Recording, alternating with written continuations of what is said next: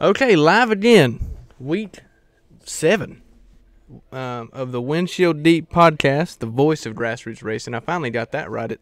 I usually screw that up to begin with. But anyway, today I'm Dylan Wilson, along with my co-host and friend Landon Huffman, and a very special guest today, Clay Rogers. One of the very few 5 times out there. If I'm thinking right, there's not many people that can say they're a 5-time. I believe he was a 5-time before 5-time was 5-time. Well, there's a lot of 5 times. Smaller scale. One of the original 5 times, well, I guess technically it was like Richard Petty, but that don't really count since he's a 7-time now. But I mean, Dean Combs was one of them guys. Dean Combs was one of them guys. Clay just broke the dang mic. God almighty. Perfect blooper. Bring you into our place and you break our shit. What is going Goodness, on? look at this. God almighty. You can't. We might have to go to a quick break to fix the microphone. We'll be right back. Yeah, hang on, give us 1 second. Way to start off. All right, Dylan.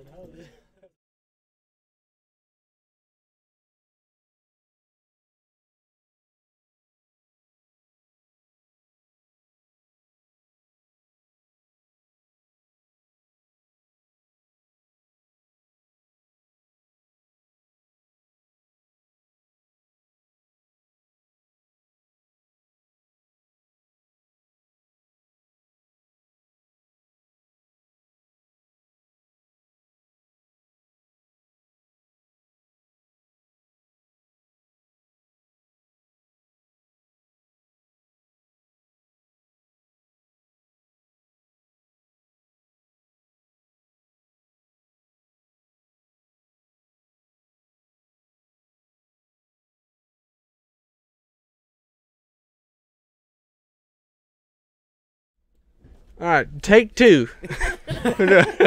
Redo this thing. As you might have seen there, we had a small malfunction. Obviously, we are not the most highest budget team out here, so I had a small malfunction. Had a there. rambunctious guest. Yeah, this guy's out of control. But anyway, we got Clay Rogers here. Driven pretty much everything that you can imagine. I'm not even going to try to attempt to say every car you've driven, but more notably, the Pro Cup Series, Super Late Models, Truck Series, Xfinity, ran a few Cup races. I mean, everything. So Haven't done any dirt late model starts. So dirt's the only. Have you ran any dirt at all? Go-karts. Just go-kart. Yeah. Yeah, that's the extent of my dirt experience. Yeah, pretty much. I was gonna drive a dirt car one time, but Rodney Childers got in it first and blew it up before I got a chance to get in. Oh boy. Did you ever run ARCA for Ricky Man? I never ran ARCA for Ricky. I have run several ARCA races for my family team, and then a couple more for a guy named Mark Beard out of Michigan. We ran a few races, but came close to winning one time and run out of fuel right after taking the white flag at Charlotte. Frank Kimmel ended up winning that one, but still sore about that one. That's one of them that never goes Rick away. Hendrick was standing in the behind our pit box. Oh. He walked away as soon as we ran out of gas. Moving on. Oh no. So anyway, Drink to that one. yeah, we're going to. We got a lot of stuff talked about today. A lot of stuff happened this past weekend. A lot of good stuff. Just a lot of good stuff. I got to witness a lot of it firsthand. To be honest with you, there's a lot of shit. I mean, there's a lot of it went on from fights to crazy racing to the Masters and the everything. I can't even begin to name it all. But I guess a good place to start is the Texas recap, like we typically do. We don't spend a bunch of time on cup racing, but we always like to kind of run down our thoughts on the race and how everything went down this past weekend. So starting off, the Xfinity race was won by Mr. Blaney. I didn't get to watch much of it. Yeah, I didn't watch it, but I did see the Victory Lane deal. That was cool. He's kind of got his thing going on where he gives the flag to a little kid in the stands, which honestly, when I first pulled up Instagram, I thought it was a replay of Dover last year, but it turned out being he actually won again. So that's cool. 22 teams won 3 races in a row. Yeah, that's 3 in a row for the 22. They're obviously quick. Fords are not down on horsepower right now, or aerodynamics or chassis or anything. They So just have their stuff together. it looks like that. It looks like it might be that way. Series. And then Cup Series was the Rowdy Bush show. I didn't get to watch much of it. I was putting floors down, eating pizza, and still recovering from watching the Masters all day. So I had a rough day. So I don't think know. Harvick was actually the best car after watching. Yeah, there was a lot of controversy with the pits. Only the last 70 laps was the Rowdy Busch show. Up Yeah. to that point, it was a Harvick 4-car show for sure. But Dude, his pit crew is like, I feel so bad for those guys, but they're also absolutely terrible. Well, right it's now. the guns. I mean, the guns are breaking all the time. Well, they have like so many issues. I just keep waiting on Harvick to just because he's notorious for that. yeah, and well, I've got a pretty close relationship with Rodney. So when the Cup race comes on Sunday, you can ask my wife. I use the NASCAR app, so I got Scanning them hooked into to one radio, and I'm scanning them and listening to all what they're saying, and then I've got the laptop over here watching their in-car camera. I'm just trying to stay involved and listen to everything that's going on, and the problems that some of them were self-inflicted, no doubt, but then, I mean, there was some, I don't know if you guys saw the lug nut, and Fox did an incredible job of catching that on camera. The lug nut comes off the right front tire, bounces twice, and lands in the jack. Directly in it. And they go to drop the car, and then they can't get it because the lug nut's stuck. I mean, you could do 1,000 pit stop practices and never have that happen again. So I mean, sometimes it's just meant to be. Yeah, no, that's insane. And then not only that, and then they come back down, and really they should have had another penalty. And NASCAR said that they should have. And there's some controversy around that because I don't know if you've seen the video, but yeah. After the fact, I mean, they had an uncontrolled tire, and it was running away. And the first time, I think it was the Harvick's team that had it one time already, wasn't it? Or yeah, they had a guy. It bounced off the wall, and then he made a hell of he an was effort. trying to catch it, and then either way, it was going to be a penalty if he didn't have control of the tire. But then he got control of it, and then as he did, he fell over the wall, which counted him as being over the wall, which the penalty was the same either way. But yeah, but then the second time, the tire got away from him, and then and normally I would say that is a BS call, but they called Blaney early in the race for same what thing. I thought Blaney's was even less blatant, and they called him on it. So, they got away with one there, and then of course the fist bump controversy. Yeah. But I was listening to people talk earlier, and these guys travel together every weekend. It's one big family in that garage. I mean, 9 times out of 10, you're working with the same officials every week. I mean, you're going to develop a relationship with them, and what a lot of people miss is that official standing in their pit stall. He's just relaying the call. Yeah. He doesn't make the call. Yeah. He doesn't want to see these people get penalized for something that, whether or not he thinks is BS or not, it doesn't really matter. He's probably hoping they don't get the call. It's Cheddar. And he's a very likable, outgoing guy. He's easy to make friends with, and I mean, hey, y'all didn't get penalized. All right, thank goodness. And there's nothing to it, and then it's just the social media world's kind of taking it out of context, which happens to basically everything nowadays, anyways. People are comparing it to like an NFL ref fist bumping, a coach or a quarterback after a non-call, and it's just not the same, in my opinion, because the call didn't even come from that guy. Right. Yeah, he's just a messenger. Totally different animal. Yeah. I think it's funny though that all that happened, and Harvick made a comment like afterwards. They were like, what's it going to take to like they were talking within their crew. I think Rodney Childers was talking to him, and he's like, I think we still got a shot to win this. How do you feel your chances are with your car or something? Harvick's like, depends on how many more times we have to pit. Oh, yeah.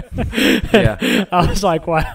Took his shots, but at least it was like in a calm manner. But those guys are under a lot of pressure, so I hate to see any of them screw up. But I remember last year, Kyle Busch's pit crew went through a stretch where they struggled pretty consistently. So they'll get it together. It's just – and Harvick really shouldn't have anything to complain about. I mean, he's the best car every single week. So Absolutely. I mean, whatever they've stumbled on this year, they didn't stumble on anything. They worked very hard to do it. And you've seen it coming. I mean, every year.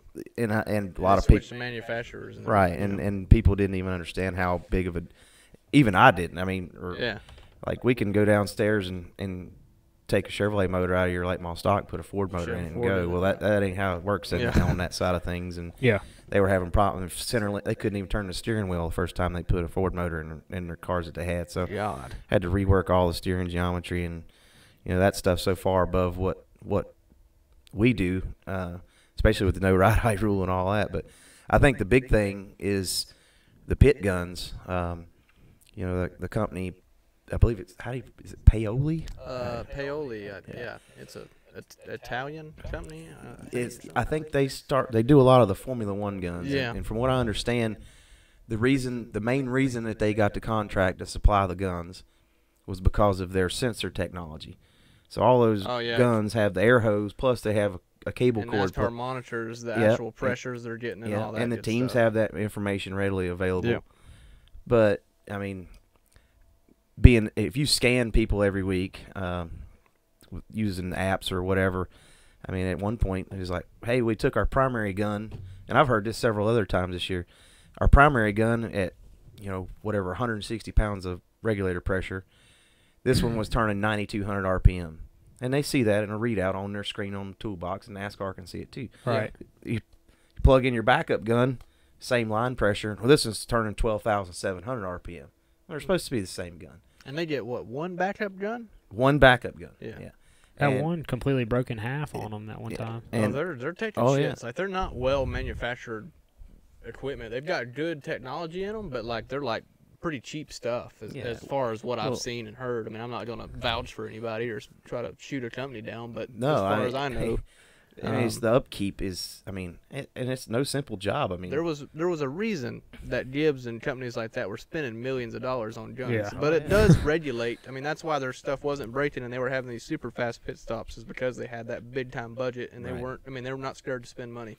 Whereas other teams that weren't able to spend that money were behind, so they were the ones that wanted to regulate it, which makes sense. I mean, there should be rules to a point, but god dang, at least go to something that lasts a little bit. But I think it was a tough year to introduce that too. Yeah. At the same year you cut a guy over the wall. Yeah, exactly. So, I mean, now there's so much pressure on the crew. If the guns are slower, they're slower. I mean, you could go and get Mac Tools air guns that you use in any shop up and down the road here. Yeah. But you change up the whole functionality of the pit crew and add that on inconsistency in the gun. You're just putting a ton of pressure on these guys that they're not used to. Yeah. There's too many changes at one time, in my opinion. But we'll see what NASCAR decides to do there, because they're obviously going to have to make some type of changes. Yeah, I feel like there'll be something big coming eventually. I will say that it's the same all the way around. At least that makes it.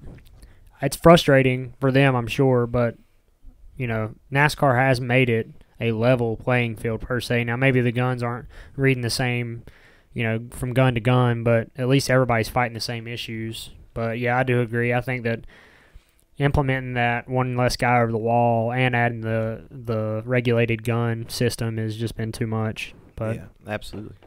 That's what they get paid to do. So, Clay, you had a fan of yours, Mackie Flood, said Clayton is a ton of talent, great person also.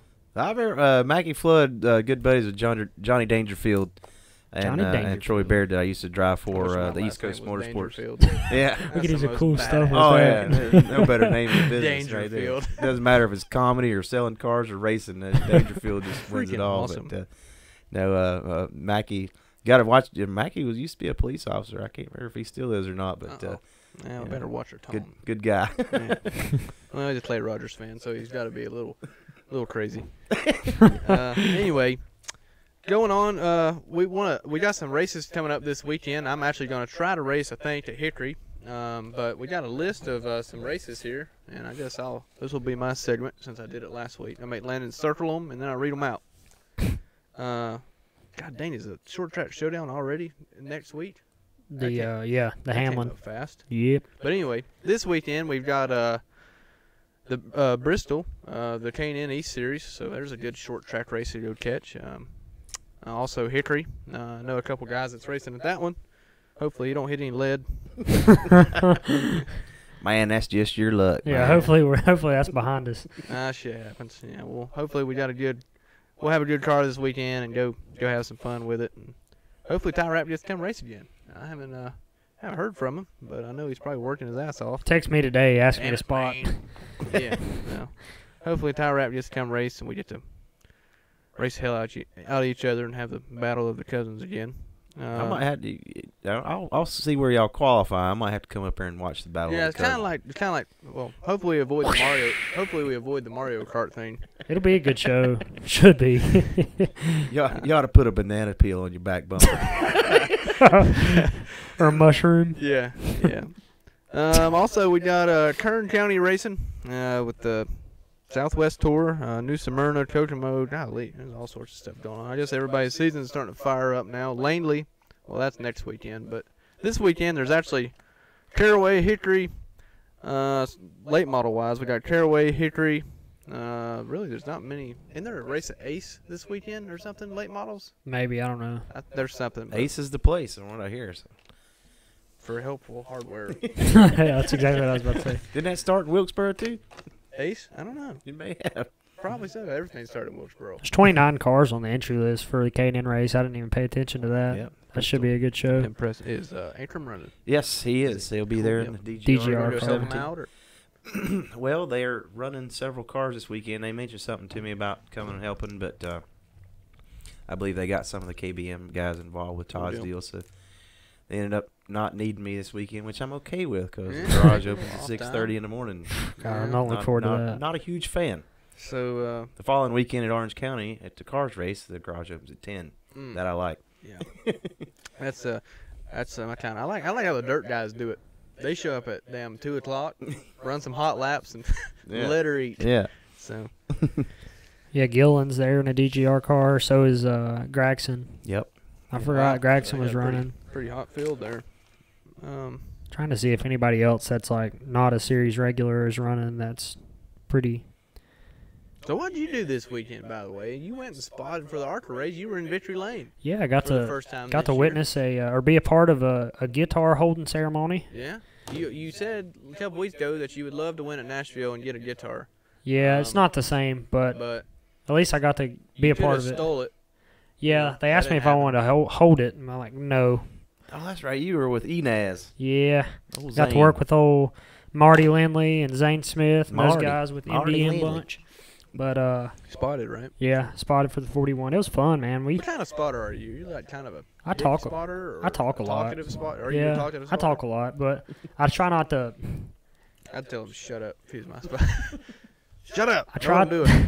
I try to not how talk. he is. I try to give only useful information because I've also had a spotter or two before that give me a bunch of crap that I don't need at all. Like, there's a sunset over at Tractor Supply while I'm leading the race at Hickory. Like, yeah, okay, that's great, man. I've been lucky enough to have. I've never had anybody spot for me besides my dad, except for one time.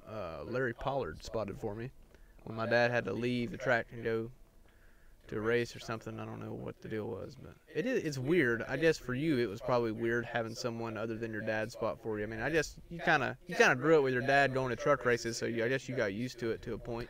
But I mean, your dad, it's probably pretty comforting having your dad spot for you, other than some random guy. I mean, no hate there, just you know what I mean. I've gotten more used to it now that I started running some of the bigger stuff. Did your dad spot for you in both truck races or anything? No, Oh, yeah, he works. Yeah, so Dad, when I ran, he spotted for me all through late models and stuff. But when I ran for a track championship in 2014, 2015, Dad wasn't able to be there, every week because he was traveling with the trucks. So Ashley Brotherton spotted for me a couple times. So Astro. Mark Eckert, he spotted for me. Had 3 or 4 other people that have done it.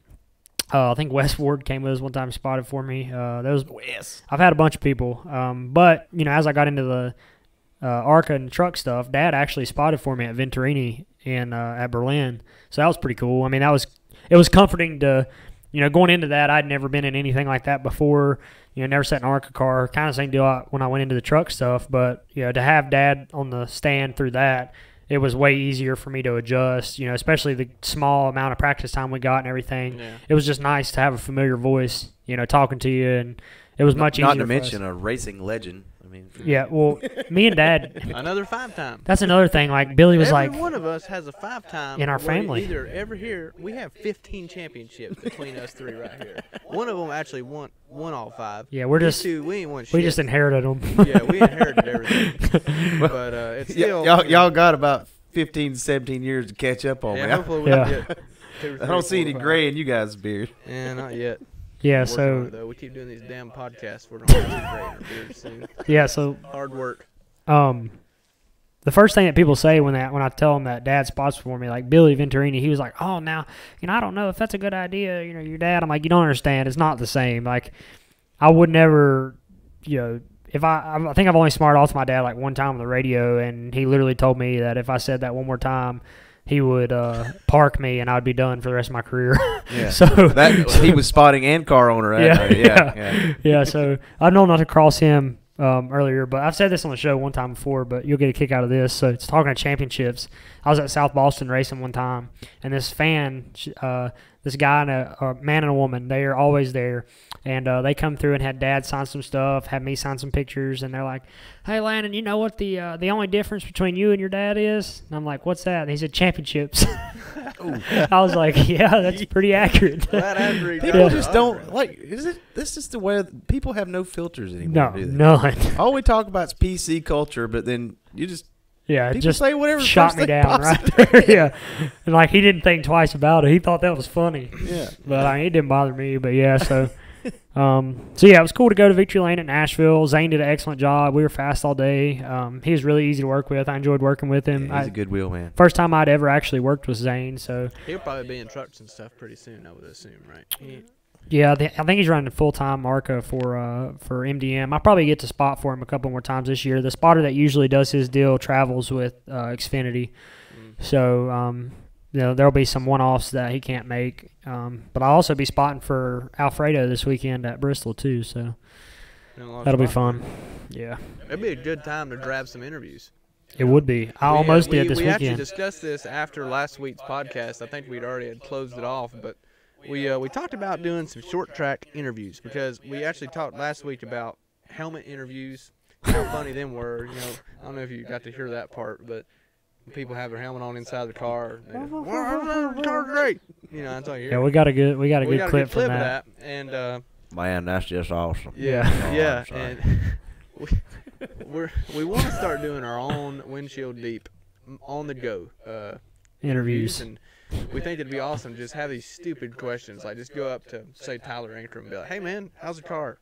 And just like instantly pull the mic away from him. So, "Where's your track bar set at? What kind of right rear spring you got in it?" And just ask them all sorts of stupid setup questions and see if we can get any of these kids. Kind of bump stops you running on the left front. Look at us like we're idiots. So that or somebody might screw up and tell us. Stupid clothes, the whole deal. Or it might even be better to just go to a short track race like at Hickory this weekend. Maybe I'll kind of pull double duty and be an interviewer and a driver. Yeah, the best way to get famous these days is not to be afraid to make a fool of yourself. Yes. Yeah. What I just be an idiot, which we're doing pretty good at. We definitely don't shy from that. No, we don't. We're not scared to put ourselves out there. We try to keep a little bit of a filter on there. But other stuff that happened this weekend, the Masters was played. Patrick Reed won, which was mixed emotions. He's kind of a controversial guy. Watched quite a bit of it. I don't know if you guys watch it. Dude, I can't watch anyway, golf. I love Masters golf, but I can't watch it. It's a great tradition. Good time to drink cold beers. It came down between the Masters and the race for me, and I was freaking hitting the previous button 100 times. I thought the 4-car was going to win, so I just had to stay glued in there. So I wasn't really a Reed fan, so it is what it is. I don't even know who that is. Another cool thing. American, right, though? I was happy to see that. Oh, yeah, Patrick Reed. So, I mean, he's American. Chubby dude, actually. Yeah. So it's actually kind of cool to see a good we can still wave the flag and tout a little bit like, hey, an American won the Masters. American. Not that there's anything wrong with anybody else winning it, but we didn't get the most gold medals at the Winter Olympics. Yeah, well, like Patrick the first Reed time did win this century. Patrick Reed did win the Masters, America. Hashtag America. Panthers are down to 2 bidders. Did you see that news? I did not see that. A South Carolina businessman and some other dude, some other businessman. They didn't say where he was from. So I think we're safe to say his franchise isn't moving. There was one time there was a guy. I don't know if he's still in the running, but he was out of Florida. Yeah. He was a pretty big wig. I don't know. I know that right now I think the main guy is a South Carolina businessman. That saddens me because any group of investors that doesn't involve Felix Sabatis is coming in to do this Panthers thing. I think they're messing up. No kidding. I'd love to see a group of Charlotte guys wind up with it, the people that have the city's heart and best interests involved, with Bruton and Marcus Smith and those. I thought they had put together a dream team investors group, and that was just the ones that we knew about. And of course, you hear rumors of possibly there being some other people, Gordon or Johnson or Dale Jr. or whoever involved in that to a certain extent. And I just thought that'd be a great flavor to bring to it. I mean, people like Bruton Smith state, and all together, that was a perfect. People like Bruton Smith and Felix Sabatas, they don't fail. I don't care what they do. They're going to succeed. Evidently, it's not a good investment because they didn't jump on it too hard. How could it not be? I don't see how it's not be. I mean, the Panthers are. It costs too much.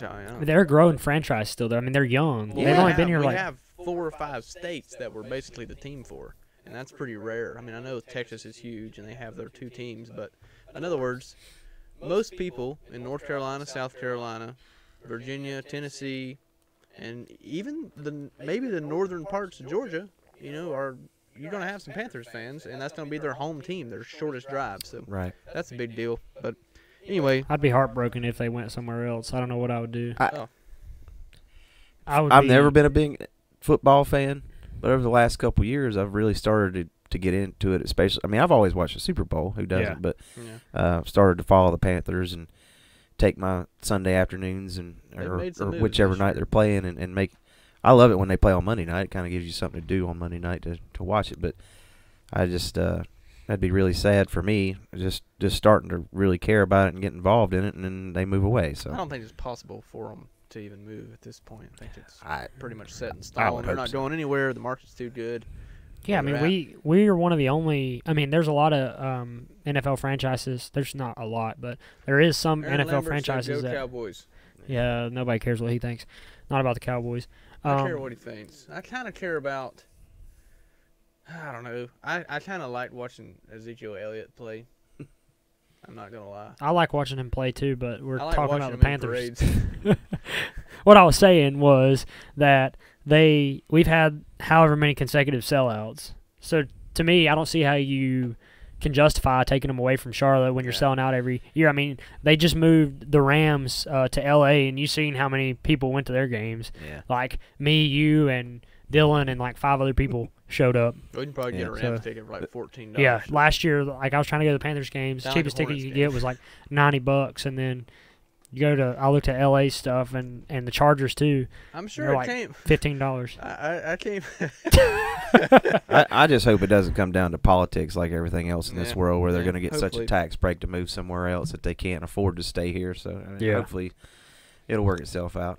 I think Charlotte deserves an NFL team. Definitely, I think we should have an MLB team. I really don't know why we That's haven't. what I was literally about to get to. I also seen that it said Mexico City and Charlotte are the top 2 teams to bid for the next expansion of MLB teams, which would be able to shorten their schedule up and eliminate. There's a lot of advantages to expanding MLB. MLB is only 30 teams, so if they add 2 more, it'll catch up with football. And I don't know, man. It'd be really cool to have a baseball team in Charlotte. And I think that the Knights have done really well. I mean. And a hell of a view. Like, you can make such a nice stadium, even if it's it's obviously going to have to be further away from. Have you ever been to a Knights game? I haven't been to a game. I've walked by the Knights stadium as I was going to a Panthers game and got to see the view. It's really nice. I mean, it's a AAA ball field, so it's. I mean, it's up almost, there. Yeah, it's almost a damn. I think I went when I was like 14. Yeah, well, 37. now they've moved to down. Have you seen it since they moved the stadium? It was down past Carowinds or something. When Yeah. I went right now it's like downtown. It's right. Basically. It's right near Really? the Panther Stadium. Yeah. Yeah, like you could basically tell how much I get out about hit a downtown. home run into the Panther Stadium. Really? It's right there at And it. it's pretty immaculate for a AAA or for a minor league. I mean, it could almost pass as a major league ball field. Is it better than the Toledo Mud Hens Stadium? I've been to Toledo Mud Hens game. That was no, pretty but they awesome. are. Yeah, they're Toledo Mud Hens are big. They're a big AAA team. I don't know much about the Toledo Mud Hens, but You didn't watch MASH? if I was to, It was off air like 10 years before you were born. So I know. Weirdly, I know what you're talking about. Anyway, there's another thing that I want to cover right before we get on break, and this is, what do you think about the WWE? Are you a wrestling fan? Hell do you no. think it's a bunch of crap? Or I you think it's the cannot dumbest get shit in into the world? that. Do you turn it off when you see it, or do you get interested in it at all? Either one of y'all.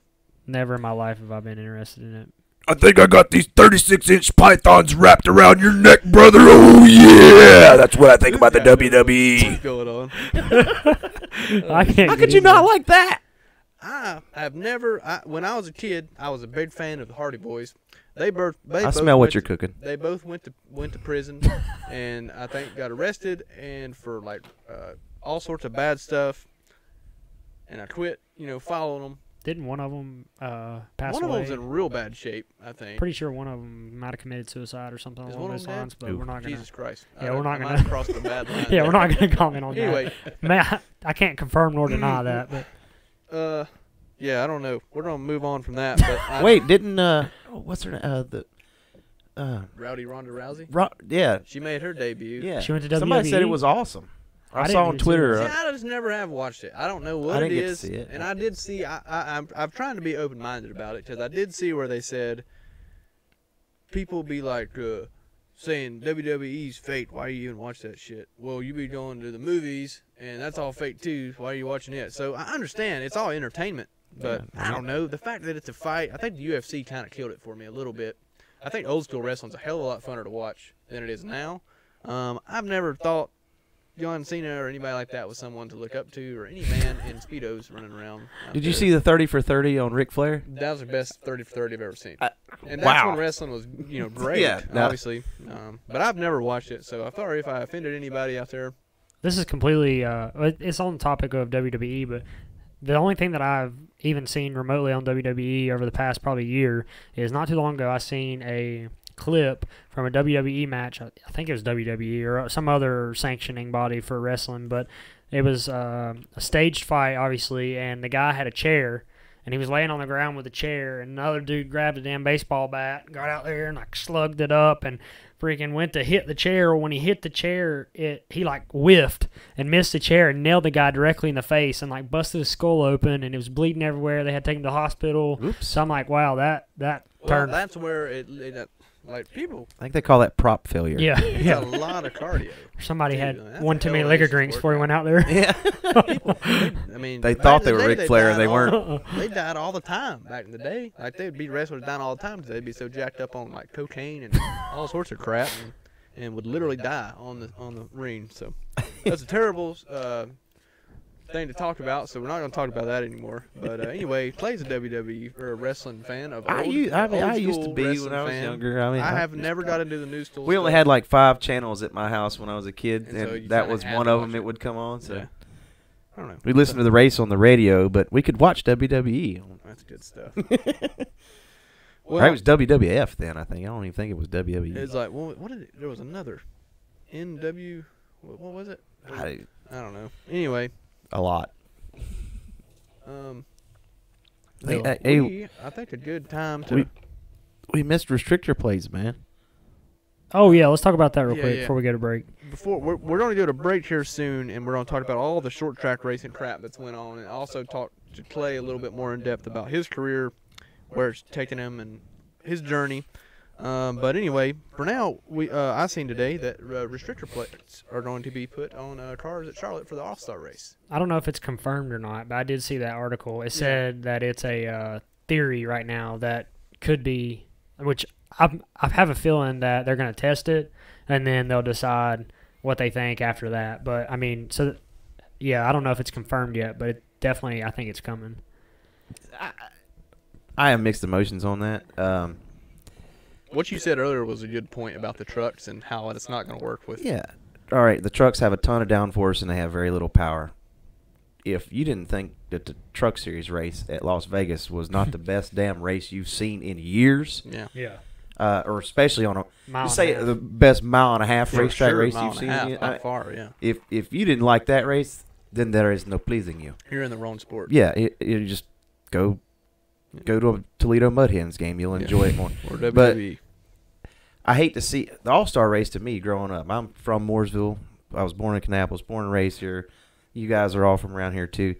I'm sure you went to Charlotte Motor Speedway since you were a kid. And one of the biggest things of the year that you look forward to was what used to be the Winston, which is now the All-Star race. And just, wow, all the years of dramatic finishes and just when they brought the lights in and how those cars lit up at night, and it just made it look just so electric and so amazing. And now the last couple of years, they've almost treated it like an experiment. And I don't like that. Yeah, the guys it are really is. and it's fairly early in the season. Guys are just, okay, Toyota's got a win now. Chevrolet still doesn't have a win, but you can tell that they're starting to get a grasp on. Well, besides on Daytona, but right. Well, yeah, but speedway racing's different. But just when guys are starting to culminate all their hard work, and they all these teams work hard as they can to put the best product on the racetrack when it comes to their home race, which is Charlotte, especially absolutely. the All-Star race. And now you're going to change the rules. So, once again, now you're giving an advantage to whoever has the best expertise in that particular area. And I don't like that. This time of the season, I mean, you had Fords, Chevrolets, and well, I don't know if a Chevrolet led this weekend, maybe in pit stops, but when you sling something else at them, and let's say they change a rule or do something like that, and then a Chevrolet goes out and dominates. Yeah. That's not at all what we've seen all year. So I mean, I remember they've changed it up literally like the past 10 years, maybe not even that, maybe like the past 6 years. It's never been the same. They've rules. changed it. I remember going like 3 years ago, and they tried some stupid stage bull crap where if you won a stage, you could pull into the pits, or all you had to do was ride around the back. And you got to start. If you started in the top four. If you won the first stage of the race, you got to start on the pole in the last 20-lap shootout. Yeah. Well, remember last year they did the tire, like Formula One tire type, like the soft tire and the hard tire. Oh yeah. Remember, And everybody saved their tire. didn't mean crap. Yeah, it was a good talking point. It was something to lead up to, but it really didn't. I'm pretty sure that's all they're doing anyway, just getting something to talk about. But like, they couldn't run side by side at Texas. Now, granted, Texas and Charlotte are no longer identical or nowhere close to being identical like they used to be, but they couldn't run side by side at Texas with all that horsepower where they have to lift and you actually have throttle response. Yeah. They're not going to be able to run side by side when they're trying to run wide open. Yeah. Now, you put 3 more inches of blade on the back of it, put 2 or 3 more inches of splitter on it. And that's because their spoilers are that tall. Yeah. And So, if you do that, then you've changed the whole game, and then somebody's going to. Different. Yeah, it's totally opposite of what they went to leading up to this year. It's not a reflection of what's going on the rest up to this point or the rest of the year at all. Yeah. So That's another I think thing, it takes some luster away. That's another thing that we do constantly, especially in the Cup Series. We change the downforce package sometimes 2-3 times a year, and also year to year. I remember probably 2 years ago, the Cup cars used to have this immaculate spoiler on them. Like it was beautiful, wasn't it? The big, beautiful spoiler. I loved. Not the. Not the wing. No, not the wing. I'm talking about when we had like airplane. Yeah, not that. Oh, I hated that. That was the dumbest thing we've ever done. Yeah. I'm talking about they had like a black spoiler, and then they had like a Lexan piece attached to it, and it was like this tall. The spoiler was. Yeah. And then they ran that for a couple of races. They had crazy downforce, and then they didn't like how they were racing, so they took that That's what away. they say every year. It's like we need to take handling away from them. They'll race better. Then it's like we need to add more downforce and have more structure behind them so they can race side by side. I mean, coming from a veteran standpoint, where do you think like what do you think is like the middle ground? Do you think it's more on the less downforce side or more on the like higher downforce side? I'll just go back and I'll say truck race at Vegas. I mean, those things are glued to the racetrack, and they're not dependent on the grip that's in the groove to dictate where they can race. They've got enough downforce, and they're going slow. I will say they're going slow enough. Yeah. Which, I mean, if you ever go watch these races, the Cup cars don't look like they're going any faster on television than the trucks when you watch it on TV. When you go to the racetrack, if you're standing right at the entry to turn 1, you can tell. You can tell if you're standing right there. Yeah. When you're 40 rows up, it's not that much different. Mm-hmm. If you saw them back to back or on the track at the same time, maybe. But heck, I'm willing to give up that 20 or 30 miles an hour for that much better of a race. But some of the people I've talked to as well, I don't care if the car is shaped like a brick. When it's running 217 miles an hour, it is not going to handle the same behind another car as it does Yeah. I don't care if it's shaped like an airplane wing or if it's shaped like a brick or if it's shaped like this Solo Cup. Yeah. If it's going 217 miles an hour, it's not going to do the same thing behind another Solo Definitely. Cup. So that's a moot. What they do with Aero on top of the cars anyway is a moot point. The only thing they can open up to help the cars in traffic would be undercar stuff, which doesn't change drastically when you're behind another car. Yeah. Because Exactly what I was about to ask you. Yeah, it's not depending on that airflow to make. What do you downforce. think about like the valence splitter conversation? Do you feel like the splitter is what's hurting a lot of the racing, or do you feel like we should go back? Because that's always a constant conversation. To me, I think regardless of whether we had valences or splitters, I mean, before we had splitters, the valences were sealed off to the racetrack. Now the splitters are sealed off to the racetrack. Well, I say that. Now this year they've actually got that little notch, so they're actually allowing some air under the middle part of the splitter to put air on the pan which is actually pan, which you see that in sports cars. All their splitters come up and do that little. Yeah, they're doing it everywhere now. Late models. I seen the ARCA cars done it this Yeah, weekend. notching even with a valence, notching the valence out to help connect a little bit of air to that pan underneath the radiator. So I mean, that's all. We'd have got to the same point where we are, whether we still had valences or not. The only thing about the valence was if you spun through the grass, it didn't rip the whole nose of your car off. It might knock the valence up. You come in, knock the valence back down on your pit stop, and you can still compete. Yeah. Rather than leaving your $10,000 radiator stuck in the grass in the middle of the front stretch of Charlotte. I mean, that's ridiculous. Jesus Christ, their radiators are $10,000. Well, they were. Now they got a mandate. 3 years ago, they had $10,000 radiators, but now that's a mandated piece. So. That was something that needed to get under control. Mine was $200. Buy a radiator or race the full late model stock season. The cool thing is they could run them 3 or 4 races, and then you could go to like the used parts place and buy their $5,000 radiator or whatever it was for a couple $100. Run it your late model race. Insane. Well, I guess now would be a good time to thank some of our sponsors: Fox Outdoor, Carolina Simworks, Heavenly Sweets, who brought us a nice. Show them that real quick. We got some nice cinnamon rolls on deck today. Some beautiful homemade cinnamon rolls right here. So we got those. Blondie's Restaurant as well, which I'm going to tear into tomorrow morning for breakfast.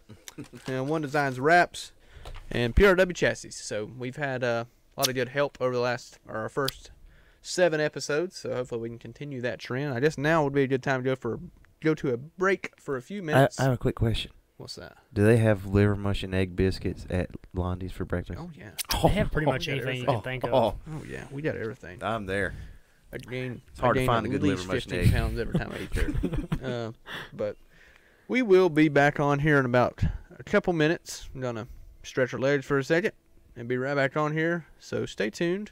When we get back, we're gonna talk about short track racing, some fighting, some wrecking, and some all sorts of stuff. I hate also you. do our Q&A. So that's gonna be fun. So store your questions up and get ready for the next half of the show here shortly after this break.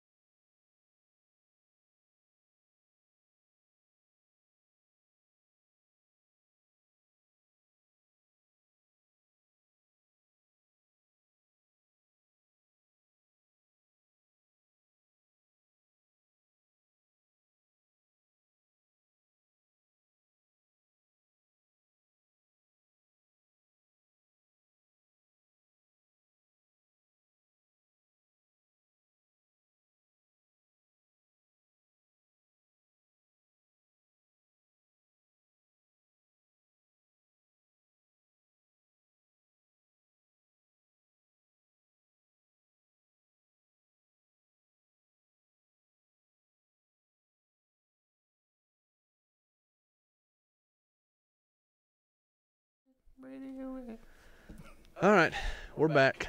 Sorry for the quick break there, but we needed some time to recuperate.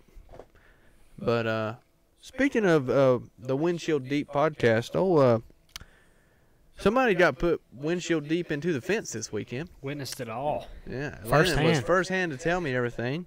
I was on the little grandstand inside Nashville going absolutely crazy when this happened, and everybody else that was up there that were actually a part of these super late models that were on the racetrack, these guys were working on them. I'm going insane. They look like nothing ever happened. I'm like, did y'all not see that? Like, am I the only one who just watched this unfold? They're like, nothing ever happened. At the end of the day, what we're talking about here is the Mason Mingus Steve Wallace incident. And long story short, you don't bark at the big dogs, you don't feel the bite. So I mean,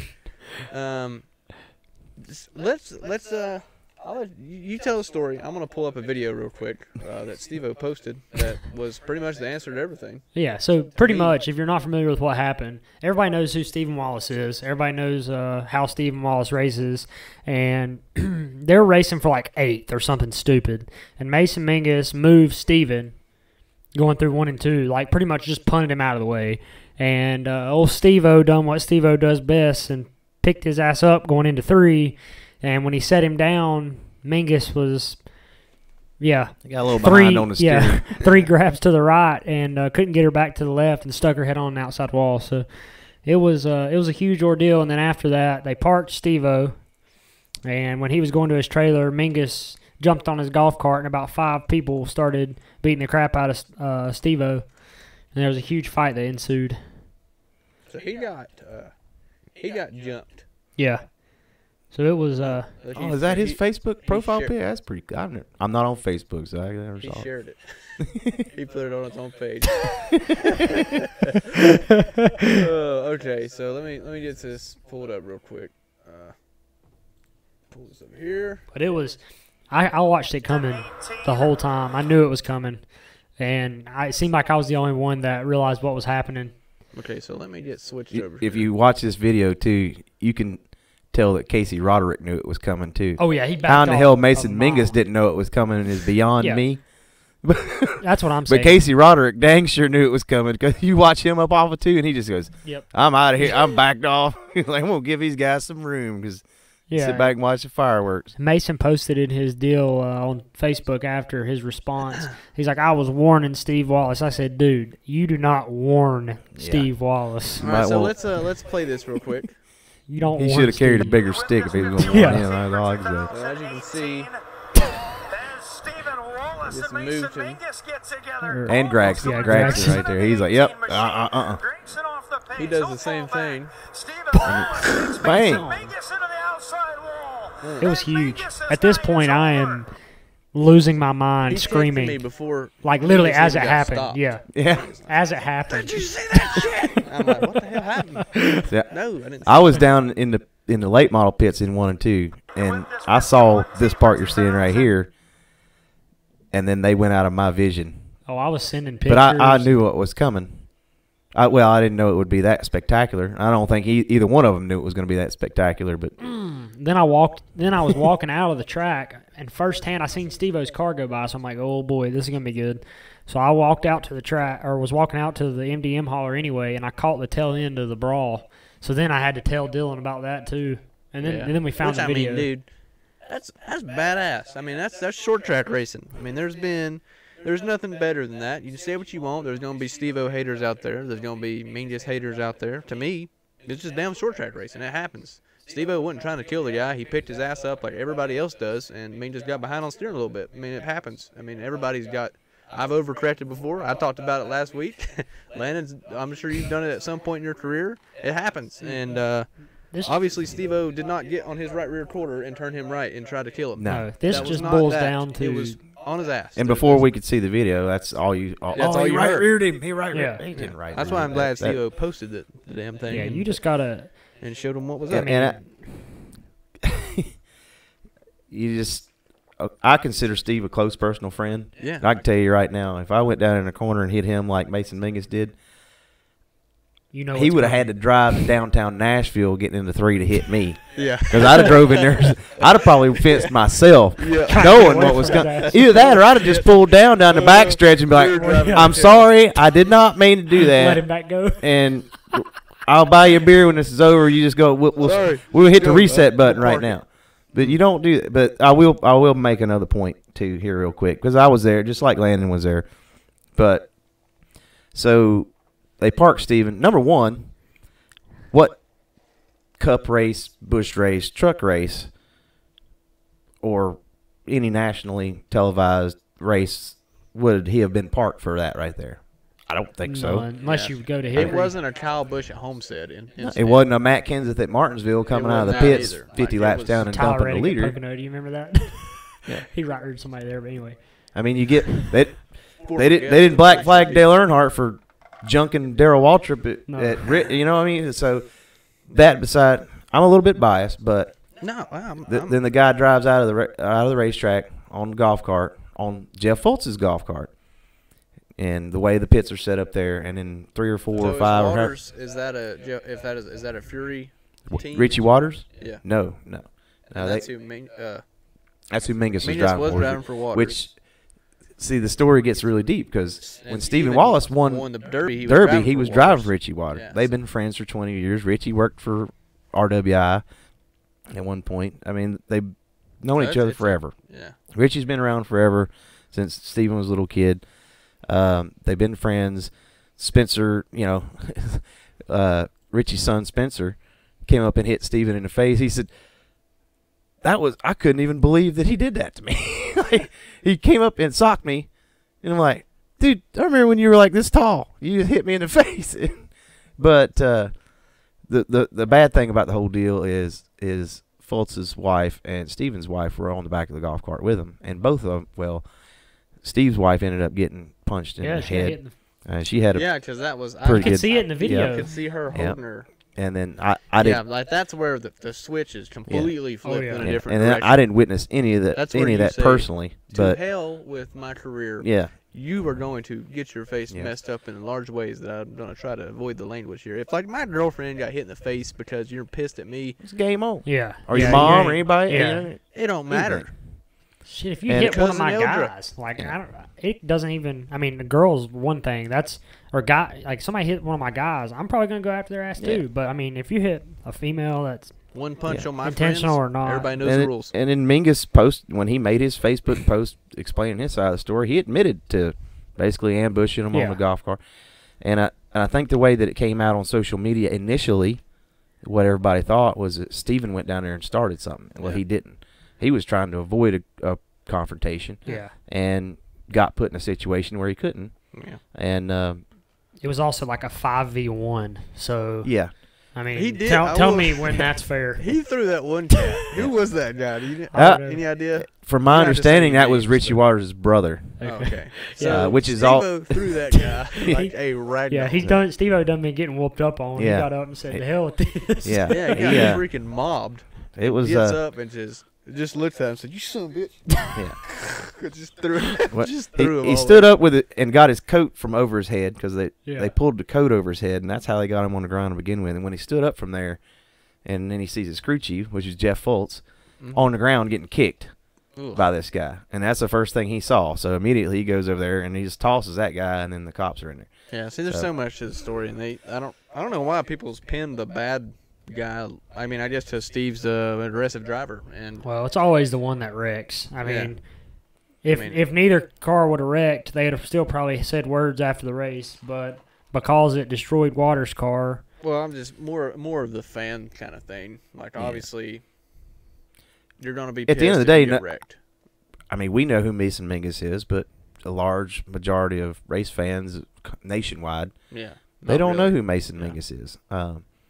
And I don't know Mason Mingus personally. I don't know, so I can't judge his character. Yeah. And I'm not even going to attempt to. I mean, he's always seemed to be a fairly decent guy. He didn't know who drove the '66 car, clearly. Obviously. He's not really good with the spotter sheet. and he can attest, Landon can attest to this as well. I mean, when they dropped a green flag in that race, it was like everybody took their brain and just tossed it out the window. I mean, So it was a you had Donnie Wilson running in the fence or hitting another car and wrecking himself on lap 3. Yeah. Donnie Wilson's a veteran, has won this. I don't know how many Nashville guitars and races period. He's won. jukeboxes he's got. He posted a picture on Twitter before last week. Like, he's won so many races at Nashville, and he's in the fence pretty much on his own on lap 3. It was just one of those days. Boris Jerkovic, Boris Jerkovic's car looked worse on lap 2 than Richie Waters' car did. It makes it. I mean, it was wiped out. Bubba Pollard was out on like lap 3. Yeah, I mean, No they kidding. I they didn't dropped know the there was rag that and they were many just guys there. yeah. There was 5 late models. yeah. I mean, it was weird. I don't know. It was almost like they thought they were going to run into a time limit, even though they really weren't at that Yeah. point, and they ended up not anyway, even with all those cautions.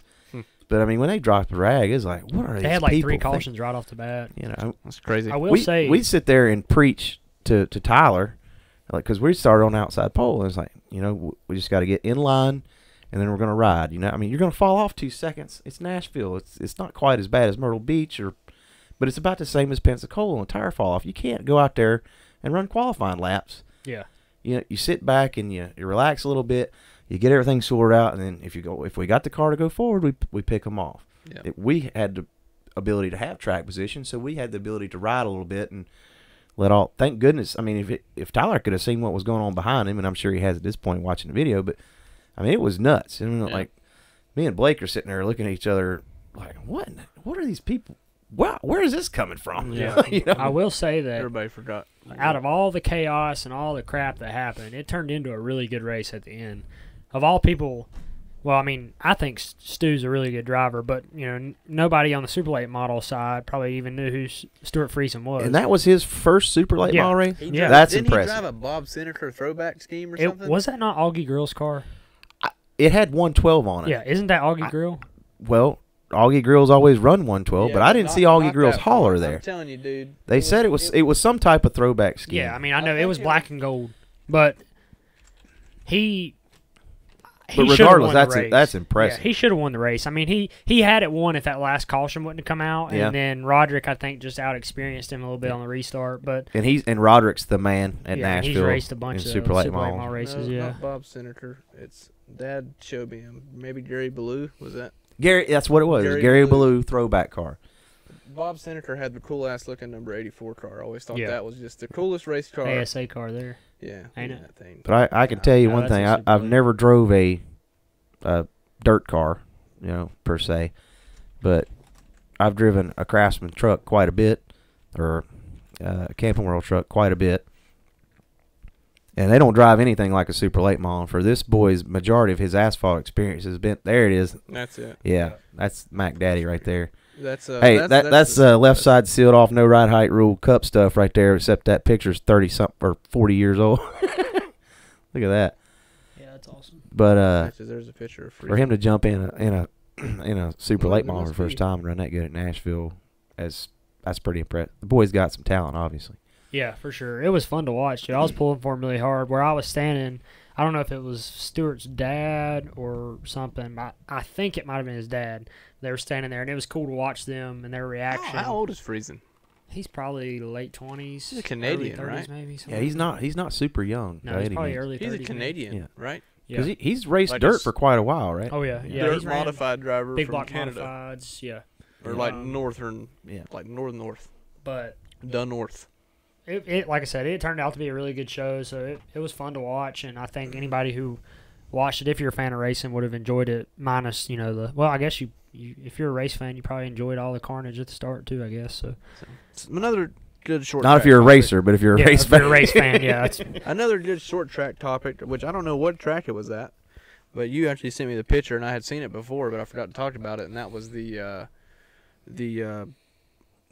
sign. There was a sign up that said No FaceTime. no Facebook Live, Yeah, Facebook videos, Live. no video, Yeah. and no camera. Like you cannot have your smartphone out video in the race, because if you want to see this race, you got to come buy a ticket and sit your ass in the seat. Yeah, it was a pretty aggressive. Yeah, like we will statement take on- your phone away and Yeah, Like- escort you out, and okay, well, none of I'll our just track go watch it personnel on care to Speed 51. explain this to you. It was yeah, I don't know if you I got- seen this, but a couple of people tried to Facebook live or YouTube live stream the Nashville ARCA race, and their YouTube accounts got banned.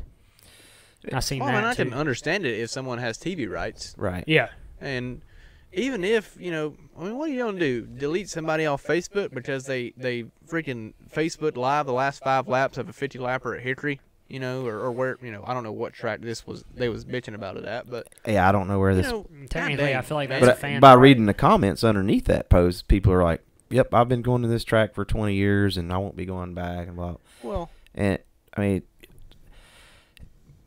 how are we gonna get younger people? I mean, the average age of a race fan, or particularly NASCAR fan these days, is older than I am. Yeah. And I read that on Twitter earlier today. I can believe it though. But that's a scary thought. And how do we get younger people involved in this? And not taking anything away from Speed 51, because they have done an excellent job of providing a platform for people to be able to view this online. She said Gary Blue. Your mom said Gary Blue. That's funny. But bringing it to the masses. I mean, okay, now when I'm in Nashville with a super late model, I can watch you race at Hickory online in a lot of different instances. I might not be able to see the whole thing, but Speed 51's the one that brought that on and helped start it. Mm-hmm. The problem I have with it is okay, that's a paid account. Now, 90% of these races, and Car Store has some races every now and then that are free to view, and I think every series does to a certain extent has some races that are free to view. But if you don't get this out there in social media, some type of video, how are we ever going to get younger people involved in it? Because I don't know a 17 to 28-year-old kid who's not involved in racing already who's going to go pay $20 or $15 or $30 or $40 to watch a race on Speed 51's broadcast or Race Fans Choice TV or any of that stuff. So if we can provide them that content, now, I agree that's the way the business world works. You can't steal content from somebody else. Okay, they paid money to be able to broadcast that. Mm-hmm. But like to your point, I mean, it's not like a 5-lap or a little excerpt of a 1-lap deal or like the wreck, what happened with Steven and them, that has probably drawn more people into going and viewing the whole race. 100%. Yeah. So that's where the world's at, social media, and you can't scare people away from using their damn cell phones at a racetrack. But you can walk in any restaurant today, and you see all the young people on their phones, and they're looking at this type of content all day, every day. And I don't care how they get to view it. I hope they get to view it, and I hope it pulls them in. And then they're going to be the ticket buyers 10, 15 years from now, and they're going to be the people that are paying to watch these races when they can't go to Kern County. They're going to pay the $25 to watch the Speed 51 broadcast of the Kern race. Like I do the Snowball Derby every or the year, Snowball right? Derby. You can be in Massachusetts in a snowstorm and watch the Snowball Derby. That's amazing to me. That would have been awesome for me when I was 20 years old. Yeah, exactly. But I was brought up in racing, and that's all I ever cared about. We've got to be able to reach these kids and get them to the racetrack. If we can just get them there, and they smell the fuel like we did when we were kids. They smell the fuel. They smell the rubber. We got to figure out a way to get them there, and then we're not going to hook all of them, but we're going to hook a lot of them, I think. Well, I think they're scaring people away. Obviously, you can't take your own video camera and video the whole race and live stream it to the Facebook. Agree 100%. And do your own ticker, and you can't do that. If you want to do that, start your own company, buy the rights to it, and make money off of it. Yep. I don't think you can try to scare people off from using their smartphones. There's a difference between live streaming some laps to Facebook and like broadcasting the race. Yeah. So, like you said, you got to reach out to these kids and everyone else, new fans and stuff. They're not gonna come. They're gonna find the racetrack because of social media. They're gonna see cool highlights because of social media. So I mean, they're just scaring people off. I think a lot of this comes from we talked about it on the show before, but it just comes from the disconnect between what you have at the higher levels and then your grassroots short track racing. I mean, it's hard enough to get people to come to the race as is, but the people that are actually paying, like you said, the people that are paying for this Speed 51 stream or a Cars Tour TV stream or what have you are not the people that we're trying to target with what we post on social media. You're not going to lose any, like you said, these 17 to 28-year-old kids that aren't involved in racing, they're not going to pay for the Speed 51 broadcast of the race regardless. Like, you're not losing any. We're going to spend the extra $25 just to be able to see it in better quality. Right. We are the people. And hear the announcing. And, right. Because that's how much we care about it. Right. So the people that your major target market that like Speed 51, Cars Tour TV, those guys that they're hitting, that's not going to change. You're not going to lose any business through this. I just think that it is a problem when, we can't reach out to the people that aren't involved in our sport already and, connect with them because – I mean, the Nashville deal, just like the fight and everything like that. I mean, the good thing about social media is it was readily available for people to see or at least understand what was happening. How many? Okay, the whole Wallace Mingus thing. Dale Jr., what blew this up on social media was Dale Jr. How many followers does Jr. have on Twitter? Probably like Millions. 2 million. Is that all? I figured it'd be like 5.8 or something. Oh, yeah, you're probably right. It's probably more than But it's probably up at 2 or something. I mean, imagine how many. Okay, now out of the 5.8 million people, or however many, we'll find out here in a second, so we can. 2.4 million. 2.4 million people. Well, plus all of his Facebook people and all of his YouTube and Instagram. Just say Twitter on its own. Say 2.4 million followers. Okay, how many of those people are just NASCAR race fans because of him that maybe never even went to their local short track? Yeah. So if we catch 200 people out of that 2.4 million that saw that retweet and is like, hey, Nashville's only 2.5 hours down the road. Yeah. Let's go check Maybe it out. I might go. See what these young guys I might got. go to the All-American 400 now in the fall. That looks pretty damn cool. And hopefully that's the type of people we can catch. But we can't miss those opportunities over a little bit of squabbling over a couple of grainy video laps. I will say. And go ahead. Okay, I was gonna say. One of the problems, too, with this, and it bothers the crap out of me, is ARCA. And, I understand TV rights and stuff, but if you're at an ARCA event, if you are in the pits or a part of a team or anything of that nature, you're not allowed to post anything but pictures. So you can't post an interview with a driver. You can't post a video of a car on the racetrack. You can't do any of that. Why in the hell do you think ARCA gets 11 views on their YouTube videos? I mean, and ARCA has ARCA has a lot of problems when it comes to social media and all that stuff. They don't even hardly ever tweet. No, they have their website Post on is their behind. website? Yeah, they have a lot of stuff that they need to work on. But the point I was trying to make is, there's a reason why there's not as many people that give a crap about ARCA because, you just can't interact as a driver. Some stuff that the driver can get permission to post. Yeah. But there should be more leeway when it comes to that because the TV people, it's only going to help the TV actually if you think about it. If people are able to post videos during practice and stuff like that, maybe more people are going to tune in to the MAV TV broadcast or the Fox Sports 1 broadcast that happens, that night or something. So I don't know. There's just a lot of issues. And I will say that Lucas Oil as a company has done quite a good job helping promote the ARCA series, and I don't know what ownership role. I'm sure there's some type of cross promotion or ownership role between those two companies with MAV TV, but they've done a really great job of bringing ARCA out of the shadows. Mm-hmm. After Speed Vision went away, you couldn't hardly find an ARCA race to watch. So it's nice to be able to at least go on MAV TV and be able to watch an ARCA race, and sometimes some K&N races. Where 2 or 3, 4 years ago you couldn't find those things anywhere. So kudos to them to MAV TV for stepping up and making that stuff happen. And I understand the money that they had to put in to make that happen. But just like you said, you're only going to push people in their direction. Yeah. That's the only thing that worries me. This is all I've done since I was 7 years old, and I saw when we all lived through when the economy went down, how hard it was. I don't race anymore because I couldn't find the funding to race anymore, and now it's starting to come back, but it's not going to come back. In 10 more years, we're going to be back in the same situation as we were 4 years ago if we can't get people of younger age involved and interested in what we're doing.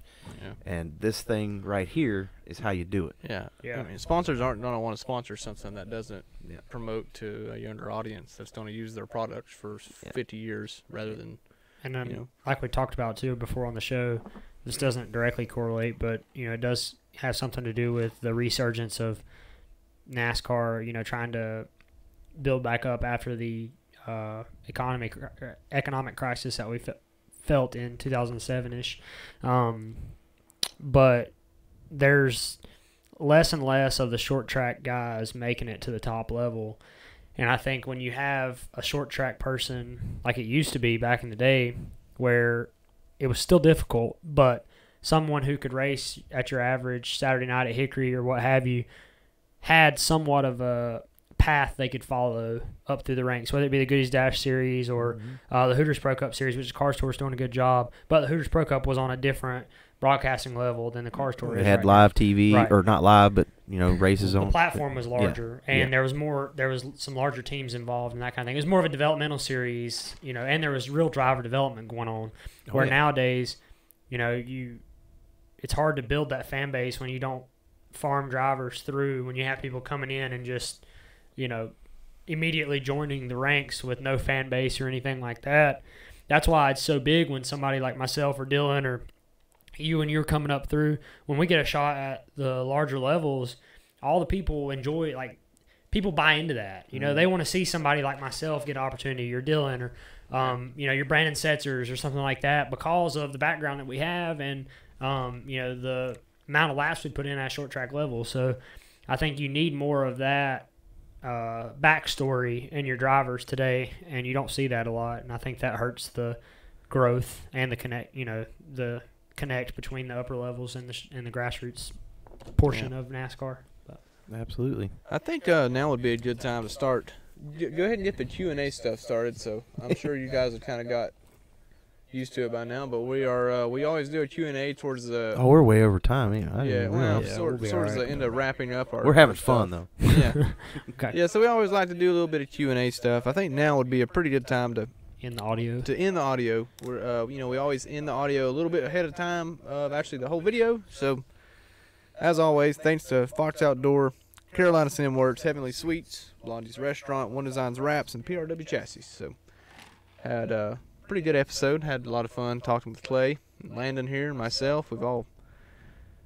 I'm sure we've been full of some bullshit here and there, but for the most part, we've had fun with it anyway, and we've got to talk about some serious issues in the lower ranks of racing that need to be addressed very soon, as well as the good things like Stephen Wallace being a badass and all sorts of cool short track interviews and stuff. So Yeah, so anyway, thanks for joining us. Stay on here. We're gonna do some Q&A stuff. I have a few more things to ask Clay to get these Q&A stuff started, but we ain't got too much longer. So go ahead and don't forget to share this. Yeah, Follow us on Facebook or like on Facebook if you're listening on a podcast, an audio version. If you're like Clay, he didn't even know the Facebook or YouTube portion existed. He was a strictly SoundCloud listener. Yeah. So, Audio. Yeah, so we were kind of cruel to the audio audience, but I finally got a text from Clay, and he's like, "Man, upload your shit. What are you doing? You never upload anything." I'm like, "We always post it. What are you talking about?" He's like, "I don't have Facebook." And I'm like, "Oh, my bad." So I'm like, "Why don't you just come on the show?" So yeah, I'm so a if you- single social media kind of guy. You know what I'm saying? he's a tweet. He's a tweeter. yeah, so if you're tuning in on the audio portion, hit us up on our other social media platforms, and we appreciate you listening as always. And as usual, this is the voice of grassroots racing, and we'll holler at you next time. But Facebook and YouTube people, we ain't done with you yet. Still got a 12 of you that hung on, yeah. Talk some junk. What we got here? Any questions yet? Pro Cup guys, So always kicking it. Julio, he's the man. That is the Julio, spotter for Brandon Ward and a bunch of other people. Spotted for me a time or two. Oh, I see John Sikora on there. Oh, okay. Hey, John. Yeah, he was talking about Gary Blue. Yeah. Anyway, well, let's start with something pretty simple. I mean, you don't have to tell us your whole life story, but How did you get? I mean, like, what was your start? Did your dad have anything to do with racing, or did you just something you fell in love with, or how did that work out? Because I don't think I've ever even asked you. My dad's involvement in racing involved standing in a diner parking lot up here in Taylorsville when he was a kid, and Harry Gant street racing and slinging rocks through the parking lot when he was waxing it. Something about a 57. No, my father, none of my family did any racing. I actually had a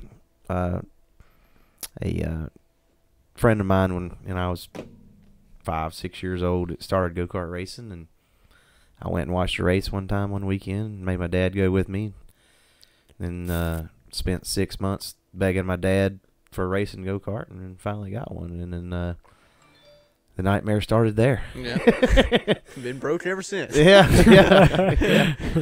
Well, I mean, you've got to take your career to a lot of cool places that a lot of short track drivers don't get to experience. But I guess when you win 5 championships and a snowball derby, you get the chance to do those things. But what, in your opinion, if you had to just pick one thing that you did in your career, accomplishment-wise, like a win or championship, or one thing you had to keep, you had to wipe the rest of your plate clean, what would be the one thing that you would keep that you've done? There's 2 things. Made my first truck series start, I believe, was at Charlotte, and kind of what I thought about it a few minutes ago when you were talking about the local involvement and everything with local drivers and everything. So I got to do a truck race at Charlotte. So your first truck race was at Charlotte? I'm pretty sure it was. It's crazy as hell with all the. So now the approval stuff's way different. Crap that I've had to fight. Well, now he's ran some ARCA I stuff. had run some ARCA and some. Okay, that's different. Actually, That's I drove 9 Busch races, Busch Series races in 2001. Oh. In the 17 car. The truck series starts actually came in 05. It was the first time I drove a truck. Yeah, 05. But that was the first time I ever got to race at home. You know, I raced at St. Louis and I raced at Pikes Peak and places where nobody nobody's knew who I was. Nobody gave a crap, to be honest with you. We're offline. We can say nobody gave a shit now. Yeah. It's just Facebook. But the during driver intros at Charlotte race for the truck race, I think I started pretty much dead last. If not, I was next to last. What team you was driving for? Yeah, I was driving for East Coast Motorsports, same team that I won my first 2 Pro Cup championships for. Oh, so it was like their own deal. Yeah, it was. We built a truck and got a motor from Pro Motor, George Gable and Peter Guile and all those guys, and went out to Charlotte, and we barely got in the show. We were the last truck to make it on speed. And that was the year they levigated the racetrack. But anyway, that's neither. The point, the question was, when they introduced me and they called my name, I actually got a pretty good crowd response. Like, I'd raced most of my racing career right down the road at Concord.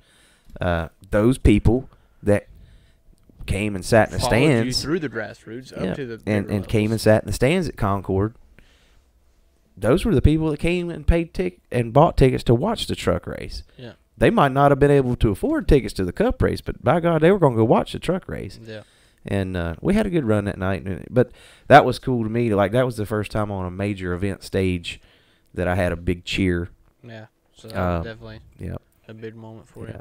I mean, I've got to do a lot of cool things. And one of the neatest things I tell people, I've run 204 miles an hour in the desert watching the sun come up, doing R&D testing out in Yucca, Arizona for Roush Racing. Now, at 6:30 in the morning, as the sun's rising over the horizon, you know, that's something. It's almost like a Forrest Gump moment for me. You know what I mean? It was very pretty, but Forrest Gump was running, and I was driving a race car running 204 miles an hour with $200-something thousand worth of data acquisition system on it. Yeah. And at that time, I'm like, I mean, it's like a drag strip, basically, or no, it's a 5-mile oval. Oh, shit. Yeah, it's Ford Proving, or it used to be the Ford Proving Grounds in Yucca, Arizona. Like the Forza Toby stuff. Keith used to make all his Ford commercials out there, man. Built Ford Tough. Really? You know, and I was driving a built Ford Tough Roush racing car. Honky tonk.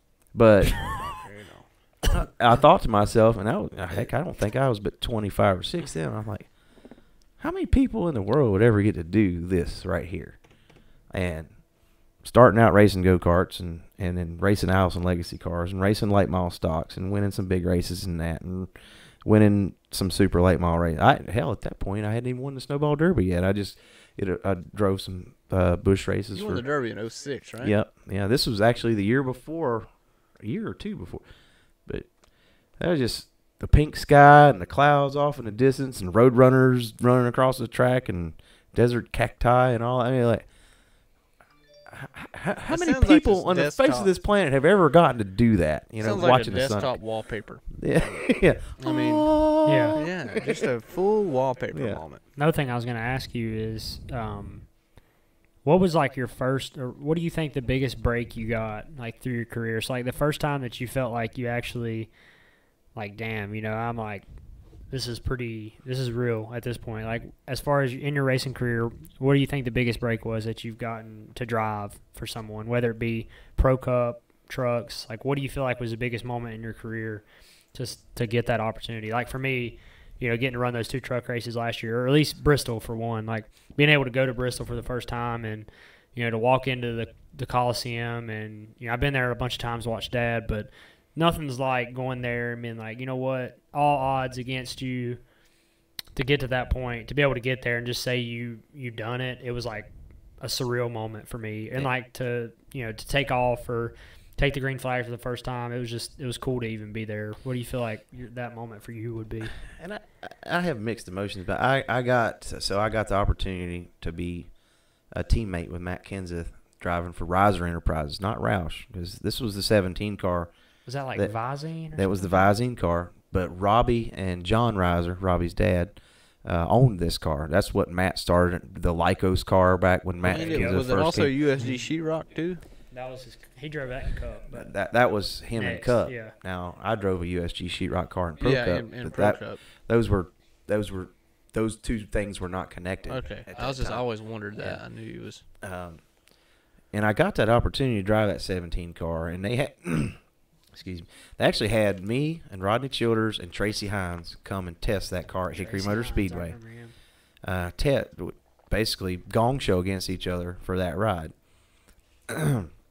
But I ended up getting the ride, and yeah, that was a defining moment. And it was the skies were opening up, and I'm gonna get to go drive, be teammates with Matt Kenseth and all these things, and it was a horrible experience because I wasn't ready for it. I was 20 years old, but I wasn't ready to give the feedback that those guys were used to getting from Matt, because I mean, Matt's 15 years older than me. I think about Matt Kenseth and Dale Jr., coming up together, and Matt Kenseth, he's raced a long time, and he's done a lot of things, and he's always, he's an awesome fabricator. He's done a lot. He was able to provide to them so much more than I was able to. So it turned the whole thing off kilter when I was driving the car. And we had a couple good runs going, and most of them ended in. If Rodney Childers had got that ride, he was smart enough and capable enough at that time he'd probably be cup racing right now. He should have gotten that opportunity, and I shouldn't have. And I should have been able to sit back and wait. Hopefully got another opportunity and made more out of it later. So Rodney was quite the hot shoe himself. Oh, Lord. Yeah. Just did you hear stories, but you never really get to see anything? Yeah, I never even really. I knew he raced. But. Yeah. Oh, he just images. Him and Max. You can ask your dad. I know I'm sure he was up there sometimes at Tri-County, but Rodney and Max Presswood used to put on, some hellacious shows up there at Tri-County. I mean, I watched them run side by side for 35 laps one night and never touch each other for the win. But he was the type of guy that could just be super consistent. And then, another one of my friends, Blake Bainbridge, who I work with now, who crew chief. Another guy that was awesome race car. But Blake was the one that could make stuff happen, So I got to spend time around. Those two guys had more influence on anything I ever did than anybody, as far as behind the wheel. Rodney with his just awesome qualifying abilities and his ability to run a 08, a 08, a 08, a 09, a 09, an 11, a 07 lap after lap, and then Blake's ability to just go out there and just take something that he should wreck every lap and just beat the dog crap out of you with it, So Yeah, Blake's he's still working. You're still working together? Or? yeah. Cool. Chris Marshall said, got any Pro Cup stories come to mind right when you think of it? Anything funny or crazy that happened? Can we say a cuss word? Or which cuss words can we say? Well, I guess you can say about whatever you want to say. Okay. Say whatever you want, but I mean, My we're just favorite- live. My favorite Pro Cup memory I would can be with beep it like with my mouth. with Bobby Gill.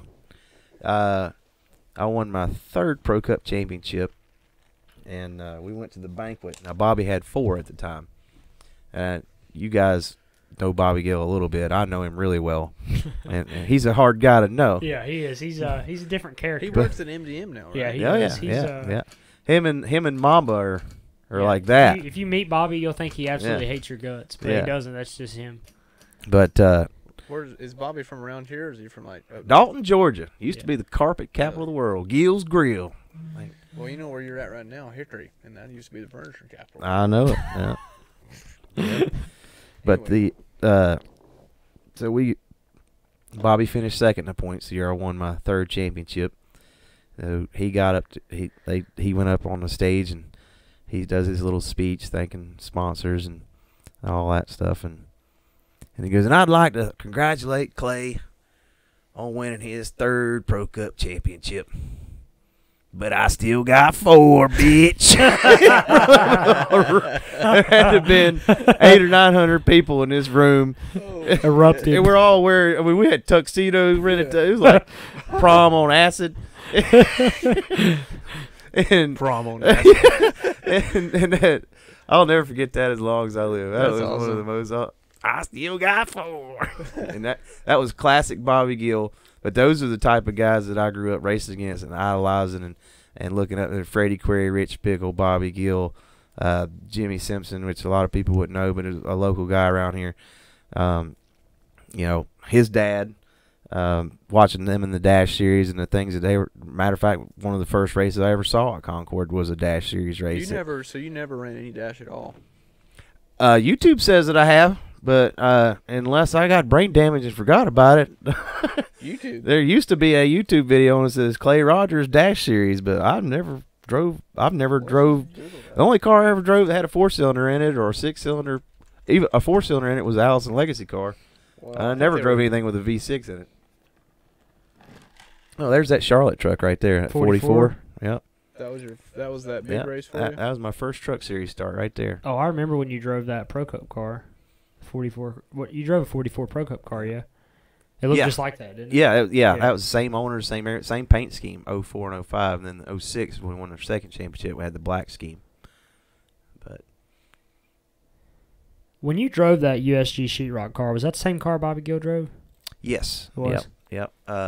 Bobby won a bunch of races with those guys, went to drive for them, and then they split up, and then they called me to drive, and that was number 6, Lamb and Robinson racing. They were 06 they were out of car, Chesapeake, Virginia. That son of a bitch right there won some races. Yeah, that's the Lamb and Robinson car. That was the last year. Yeah, Bojangles. But Michael Boswell, or no, who's you know how hard I tried to get Bojangles Rogers, to Edges, sponsor. Boswell, and thrilling finish at Hickory. Boswell.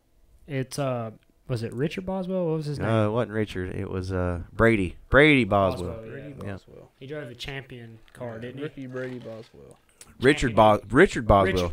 He was the He one who drove for the Junior Junior Motorsports. Motorsports car. Yeah. I could, Him, McFarland, and There's Huffman. the old Visine car. Yeah. God, young Yeah. Clay, look at that. Yeah. There's a better one on here I seen the other day. Look at it's that. It's like Concord late models play. The purple and yellow and white car. That was my late model stock. We won 8 races in my rookie year There it is. and won the largest. Still to this Check day, that out. the largest. That's badass. The largest Winston Racing Series are now wheeling. What do they even call it now? The Winston Racing Series. We won $65,000 at Concord one night. Jesus. Goddamn November Wade of, County, ain't it? of 1998. I remember the car Is that that I you? remember. Nah, that's Matt Craig. Yeah. Is that a Wade County? That looks. that I don't or know. Southern National or something like that, maybe. Yeah. Yeah, it looks just Um, like Wade County. The Yeah. it probably is that way for pass. Oh no, that's Kinley. Isn't Yeah, Kinley Southern have a yellow National. wall? Yeah. Yeah, Southern. Yeah, you're right. That is. No, That's awful damn. That's that's pretty sure. that's Anderson. Oh yeah, That's Anderson does have a yellow Yeah. wall too. I raced there. Okay. Does now. Sorry, that looked like weight. No, that's Go back Matt, to the stream, That's Matt though. Craig. The car that I remember you in most, well, at least really the only car that I remember you in from when I was little, was the CNC boiler car. Yeah. But go to the stream. See if anybody else said anything. Joey loved Boswell's mom. Justin Curl. I can barely make out Justin Curl's name. Let's see. What do you Chris say? Marshall said, I used to root against you when you're racing the series. You were the man. Awesome. When you have guys rooting against you because you win so damn much, that's a goal for everybody. You also said, you mentioned something about grassroots. Do you think more guys like Harvick would help bring more attention on it? Did you see the video today? That was pretty good. Today? Oh, yeah. They talked about him on. Yeah, him racing in the Canyon West Yeah, I race. seen It that. might have been posted yesterday or something. But It was I seen during today. it was pre-race of yesterday. Yeah, it was like the pre-race deal. And I did it not- was- I did It was Kevin at the Canyon West at the track and talking about how him going there is not him cherry picking. It's him trying to bring attention. He's trying to bring fans to the track. That way they recognize other drivers. Which, say what you want about it. That's cool. Well, But there needs to be more drivers out there doing that other than Kevin for well, sure. we need more Kyle Bushes, and we need more of those Kyle people. Busch did that Langley testing today. Yeah, So was Denny Hamlin. and he should be. Mm-hmm. Well, I mean, they're That racing ass this made by weekend. Lee Pulliam or something. well, they're going to have their own little measuring contest when it comes to Yeah. that late model race. But short track racing needs those guys. I mean, it used to happen. I won the Snowball Derby. Yeah. Okay, and I've got the trophy that has every winner's name on it. Well, Darrell Waltrip's on there. All these great racing names are on that trophy, and there's great names. Rusty Wallace never won it. Ran it quite a bit. Dale Earnhardt never won it. He ran it quite a bit. The Really? Snowball Derby. Yeah, he I never did not won know it. Dale ran it. Yeah, That's but crazy. well, I know he ran it at least twice. I'm not exactly sure how many times he ran it, or won it, or ran it, but he never won it. That's cool. But I mean, that's what. How did the Snowball Derby become such a big? That's how. Because all those Cup guys or Grand National guys back in the day would come and run that race, and that's how it got to be so big. We need that. There's never going to be a new. Okay, the Kern County race. That's the race that has the biggest opportunity to become the new big race.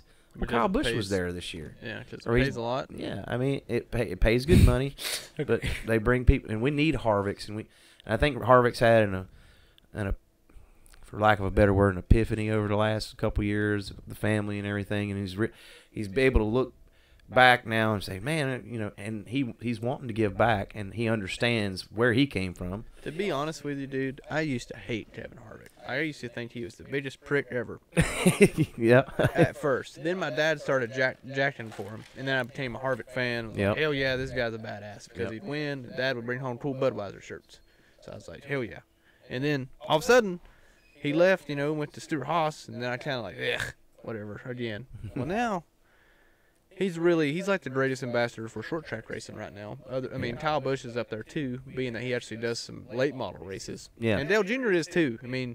Obviously he's not in the seat anymore, but still, Dale has a late model team. Yeah, but They're putting back in. supports it, you know what I mean? So anybody that puts back in, you got to appreciate. You don't necessarily have to show up theirself and drive the car. I mean, yeah, I had a especially guy guys that are mention to me- still racing. I mean, they're taking a risk every time they strap in behind the wheel. So I can kind of understand, but Yeah. but it doesn't.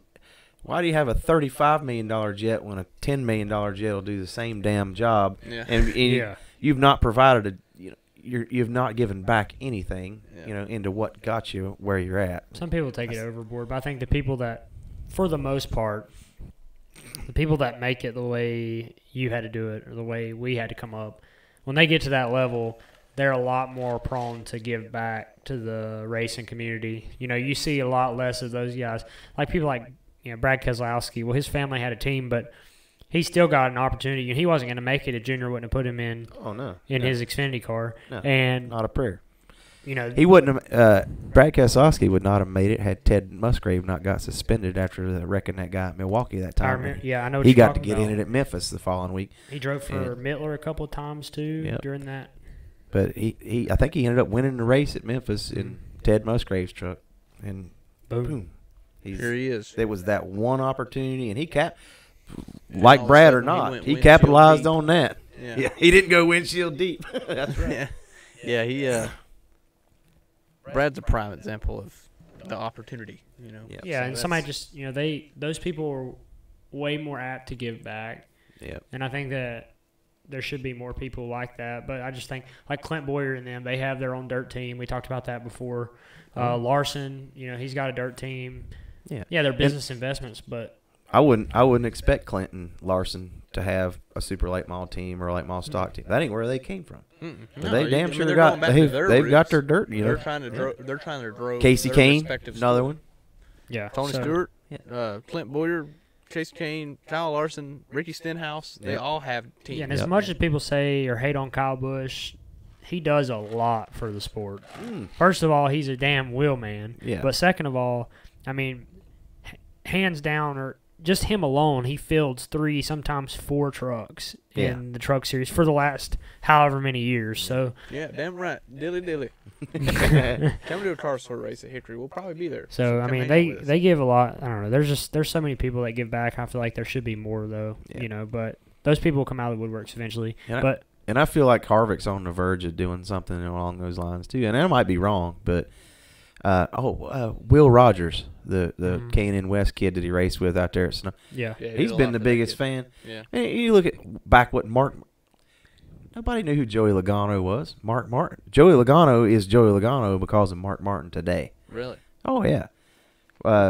That's why he's called sliced bread, or was for a while, because Mark Martin told everybody he was the best thing since sliced bread. and he worked with Joey quite a bit, and And pushed Joey for him. beat him at damn Pocono. Remember that for his first win? Yeah. Moved him out of the way. Yeah. What we got here? We got some good Okay, content. so this is if you don't know Bobby Gill, you're gonna love this. My name is Bobby Gill. I'm the three-time defending USA Motors Pro Cup champion. I've taken nearly $1 million off these cats in the last few years. He was right. There's a lot of guys out there gunning for me. Well, you know what they say. You want to beat the man. You gotta beat the man. I remember that. Yeah, that scar in his mouth. There's another one too. Classic Bob.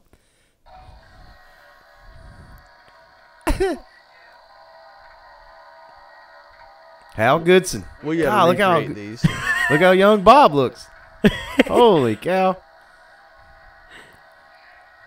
Shane Huffman. Look at them sunglasses. Give the damn camera a view real quick. Switch to this one. Oh, there was another one that he sent me that was maybe it's the. My name is Bobby. My name is Bob. Oh yeah, it's this one. This is a different one. My name is Bobby Gill. Well, you know what they say. You want to beat the man. You gotta beat the man. They put Cigar. He's like a cigar guy. there was one that For sure. Travis had. I don't know why he didn't Bobby send it to Gill. me, but Back in 2004. So does he have 4 championships? Is that- Bob's got 4. You Yeah. got the most all time. At 5. Now, I mean, there's some discrepancy there because Hooters kind of went away there. And I oh think, yeah, USAR is what Yeah. it was after. Well, it was always USAR. It was a sanctioning body. But when Bob Brooks died, which he owned USAR, he owned Hooters, he owned Naturally Fresh, he owned Jackaroo. When he died, his son Colby never really cared for racing. Was a big golf guy, and Hooters tour. Yep, the NGA Hooters tour. So that's the only reason. Damn. But his didn't know Bob that's Brooks what had a recurring was the demise contract of it. that with Hooters had a recurring contract with USAR every year to sponsor the series, in case Bob set up in case something happened to him. That would guarantee that Hooters would sponsor the USAR Pro Cup Series for 10 years if something was to happen to him. Well, within a year of him tragically passing away, his family or his son's lawyers found loopholes in that contract and was able to squash it. Shitty. And when they did squash it, it was the same week as the last race of the year, and it just never was the same ever since. So A couple of years after that, they still had pretty good car counts, but it fell yeah, off. yeah. The, But real the quick. coverage wasn't as good, but the car counts were So Still there. as far as the series that Bobby won when he won his 4, I'd say we're probably tied at 4. The fifth one, But you the gotta fifth stop- one I you- won, we didn't have anywhere near the You competition. do We- have a snowball derby win. yeah. Well, And- so does Bob. Bob's got 2. I still got 2, bitch.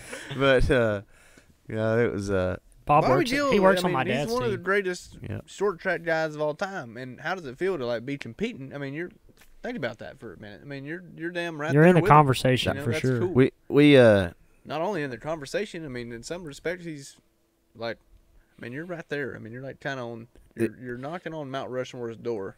So it's gotta feel good, especially for our generation, because us growing up. yeah. I mean, like your guys was, I don't know, exactly who you was watching, but my dad's always talking about Bob Senator and and Dick Trickle and people like that. Bluebird. Them ages, but like for us, I mean, we watched Speed Channel. We watched, and you won every damn race. It seemed like. So that's what I remember. And I remember, and you saying that, but like I always looked up to Bobby. And so it was like the first time I was running second to him, the old man that helped me had to help Bobby for years and years and years. And he was helping me at the time. And he said, "Let me tell you, if he stops, takes a right out the back pit gate, and drives down the street to McDonald's and goes through the drive-thru and gets a chocolate milkshake, you do the same damn thing." Because he's going to win this race, and the only way you can beat him is if you do the same thing he does. that's funny. And I run second to him that night, too. Chris says the disconnect, you think it's because people can't relate to the drivers or there isn't a lot of names coming up? Yeah, Both. I feel like it's both. I mean, there's names, but there's all sorts of people coming up with money and stuff. I mean, that's just part of it. But I think when you, like we said all day, it starts with your local short track promoters and people like that has to help grow the sport rather than just try to sell tickets. Yeah. And I think it's just as much on actual track promoters, track owners, series sponsors, it's just as much on them as it is a kid. I mean, because it's just hard to, because nobody's, and if you want to see Landon get in a cup car, then find him $20 million and he can be in a cup car. Like it's not. I think you're right. The disconnect is both of those things. I mean, it doesn't have that appeal to where when they got to go watch Clay Rogers at his first truck race and pull for him because they got to watch him at Concord his whole career. Well, I think that was part of what made people pull for you, and you got a lot of opportunities because you had some fans and you had a following. You was a really good driver, clearly. So, clearly there's got to be some kind of disconnect there. I mean, there's no way around it at all. I mean, I don't see how you can. I was just gonna say, I feel like I get kind of. I don't mean to be sour when talking about stuff like this, but like it's so easy to be, and like for you guys watching, when we're talking about a topic like this, it's so easy for someone like me or Dylan to be sour at this. And Clay experienced some of the same things when he was growing up. So did my dad. Anybody who's done it the way we've had to do it, they experienced the downsides of having no money. But there's so much upside to doing it the way we're doing it that, there may not be a lot of us that get a lot of drivers like us that get an opportunity to advance up the ladder in good equipment. Side note, there's been so many really, really good drivers that never could find their way in great equipment and have settled for subpar equipment, and their careers never panned out because of that in the higher ranks. But for somebody like us, it's way more rewarding to do it the way we do it, because when we get to that higher level, like I said, it's just more rewarding to us when we get there, and we're able to make more of an impact at that level. And for that reason, we're able to stay at that level for longer. Most of these kids that pay their way up through the ranks, I've said this before, they buy their way through, but what people don't understand is as soon as their money runs out, they're done.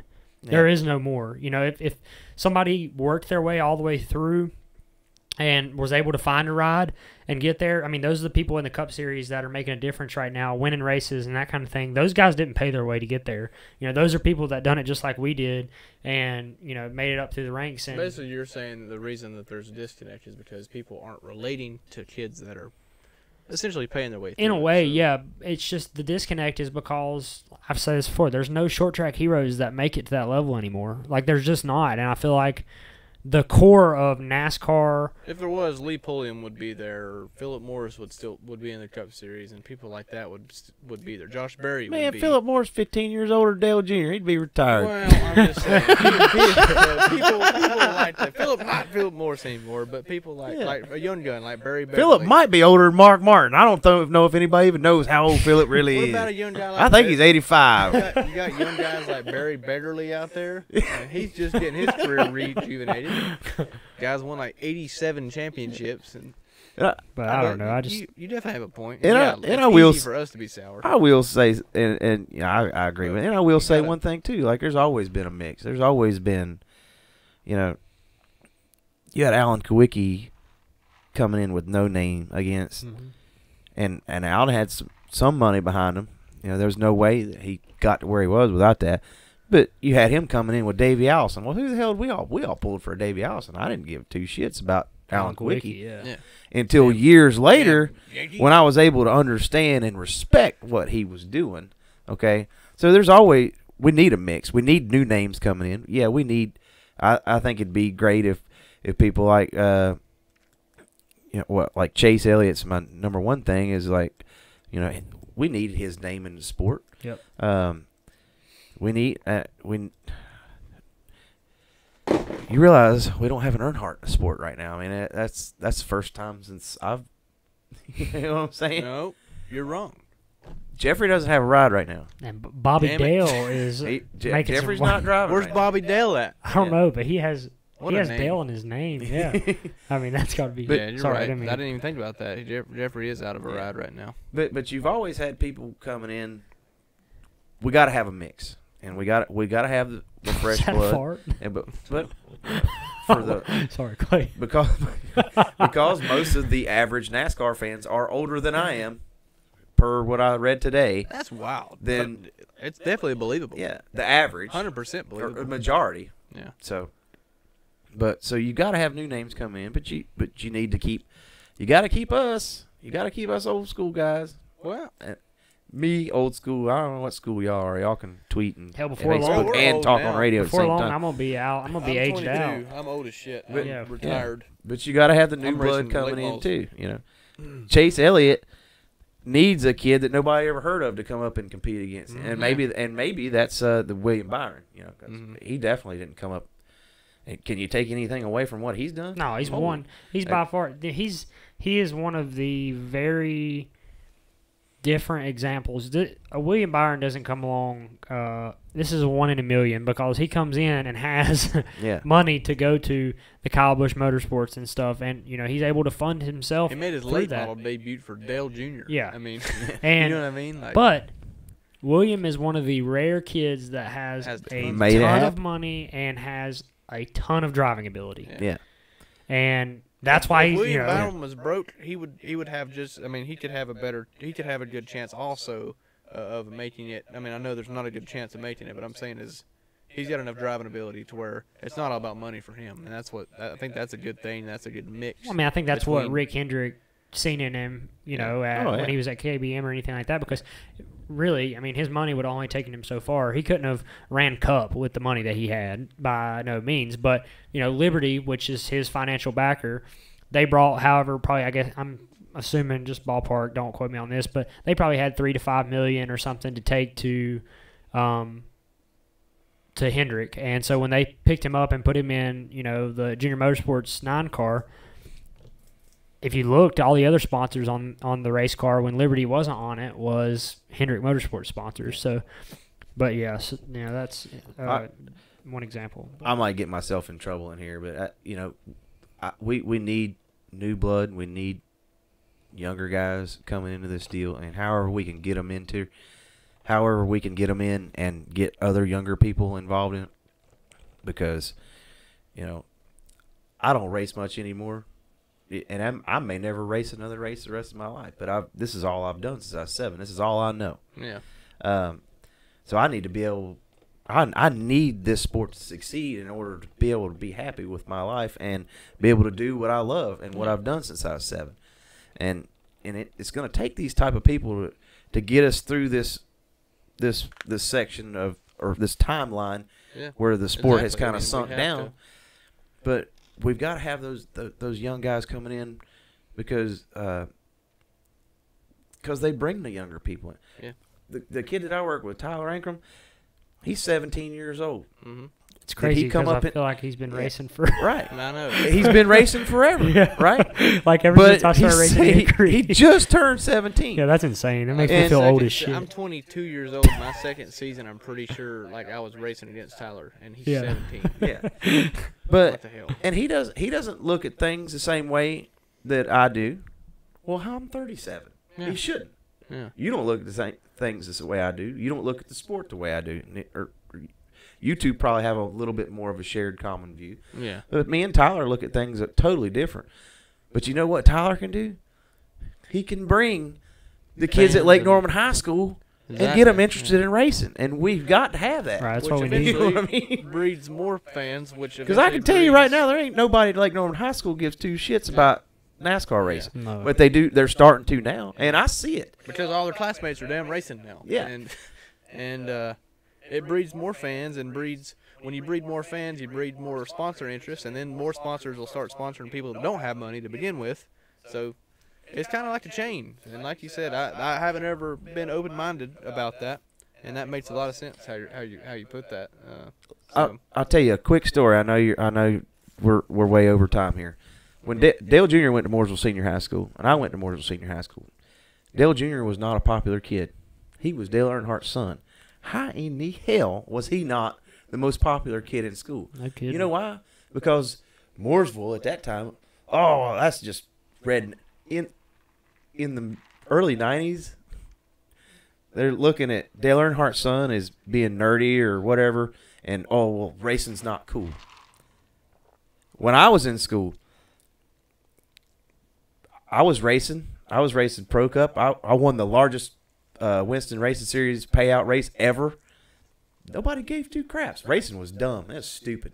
Mm-hmm. That's dumb. The kids that I went to school with, there were a few of us, mainly the ones whose parents worked in the sport that we were buddies with. So we had a kind of a little small 4 or 5 guy clique out of the whole school. Yeah. We were the dumb redneck race car guys. Yeah. Huh. Look at you now. You're on the Windshield Deep podcast. But you know what else? If I drove our dually to school that we pulled the trailer with, that was dumb too. You pull up in the school parking lot with a big old $60,000-$70,000 dually now. Yeah. Yeah, you're hot shit. Yeah. Oh, that guy races a race car. Yeah. Like holy. Yeah. It's amazing to me that this town has gone from that to that. Now you can drive a race car and be popular in high school. Where in the early 90s you couldn't. It was amazing. Mooresville's obviously got more of a racing thing, but like around here, I mean, you've got them guys like the Huffmans and the Landon grew up right, with his dad racing. But for me, at my high school, nobody there raced besides Annabeth Barnes, and that was it. So me going, coming up through there, it's just crazy. Like you said, everybody thinks like. She was cool because she was a girl and had a TV show. Me, I was a dumbass because I was a guy and everybody else done it already. Yeah. So it's just weird because nobody supported it over there. And I have not a damn single friend from there now, right. Basically. I mean, I have my close friends, but I don't talk to any of them. Yeah.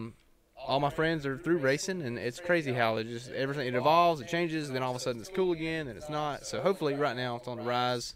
And these kids are going to do something about it because they're all popular. They got good social media stuff. So I was lucky. It's cool to watch. One thing that I think helped real quick before we end, one thing that I think helped me when I was racing like limiteds and then moved to late models when I was still in grade school at Bunker Hill, I had a lot of people taking interest in what I was doing, but it was because I played sports. So through football, basketball, baseball, I had a huge, friend base because of sports, which sports does that for you. But because of that, I was able to relate to, all of the academic or the sports programs at Bunker Hill and like the coaches, the teachers, they all cared about what I did on Saturday night. So it was more of a community thing for me at Bunker Hill, and I think I got a lot of people. I mean, I had a lot of my teammates, from football come to the racetrack every Saturday night. I had a lot of them working on my team. The quarterback for our race team, or for our football team, Colton Chapman, he came with me every Saturday night. And I just had friends that I met through sports in high school that supported me and what I did, and it made it a lot more special to be able to go win a Saturday night at Hickory and have a bunch of people up there cheering for you that you talk to on Monday at school. So. It's crazy because we live 20 miles apart, and I'm polar opposite on my side. We literally live 20 minutes apart, and I could go win a race, and people be like, "What the hell?" But it's stupid how that worked because it's just so different. I envy that. I wish I would have had that growing up. 'Cause I feel like my career could have got started a lot earlier and had a lot more help, but I can't say I wanted it to be any different because I've came out with great friends out of it. I stole some of his pit crew sometimes. Like when he's not racing, some of his guys will come to my pit crew and drink beer with me. Well, that's the thing. Me and Dylan didn't even know about each other. No, until, never met nothing. Eric and my dad raced against each other for years, and I didn't even know about we probably who hung out Dylan in the was. pits and shit. When we was little kids, that was about it. And then Threw rocks at each other. 2013. My dad's better than your dad. Or 2012, wasn't it? No, 13 was my first year. I showed up. 2013, he came to Hickory, and then we became friends through that. And week 2, we was friends. Lo and behold, we didn't realize that our families had known each other for years and years, and it was easy at that point. But yeah, whatever else happened. It's crazy. After We'll have to get on that. We'll have to talk some more about some Dash Series stuff eventually. We might have some cool guests. I has to go because I got to get up at 5:30. Oh, in the morning? You gotta get up early too, Clay.